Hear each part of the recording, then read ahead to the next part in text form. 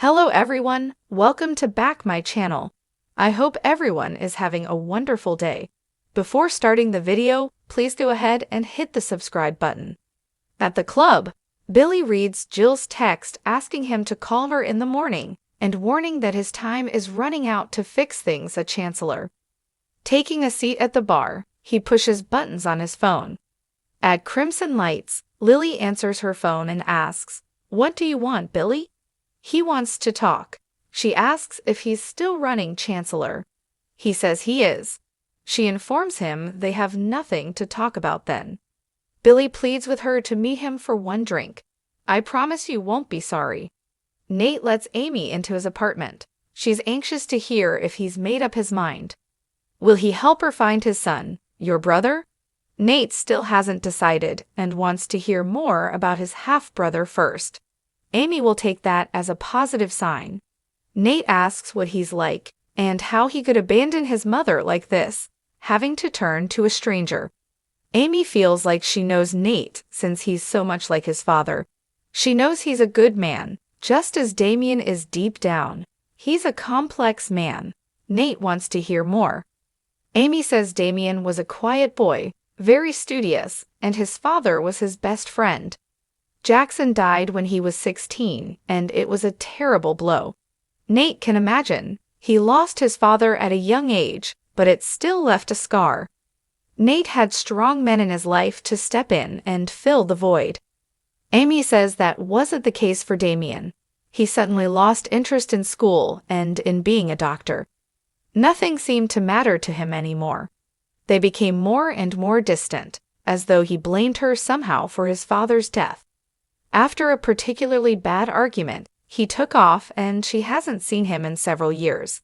He sometimes came around for money, but she had to tell him she couldn't support him. She told him he had to get himself together and find purpose. He was furious with her, and she hasn't heard from him since. Nate's sorry. That is a helluva thing to live with. Amy asks if he can see why she's so desperate to make peace with him. Nate can, but doesn't think he's the right person to find him. Tracy walks into Crimson Lights, where Alan greets her for a hug. He's got them a table on the patio and ordered for them. Sitting, Tracy asks him why he doesn't just move in with her already. "Unless you're having second thoughts." She points out they're together all the time.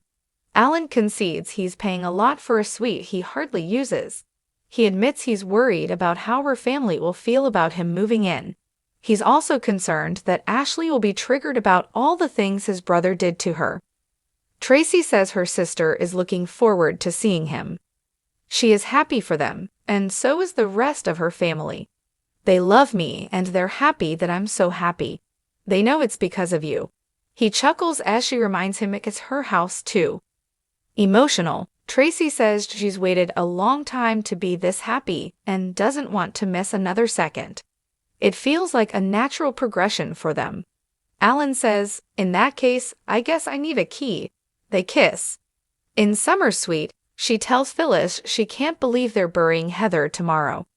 Phyllis is glad they talked him into doing something small. They discuss Lucy and Danny not being there. Phyllis assures they'll do something else at a later date when they can attend. Summer hopes that by then the real killer will be locked up. Phyllis tells Summer that the service will be the greatest place to set the trap for Sharon. She's sure Sharon will finally admit what she did, and then Daniel can start the grieving process.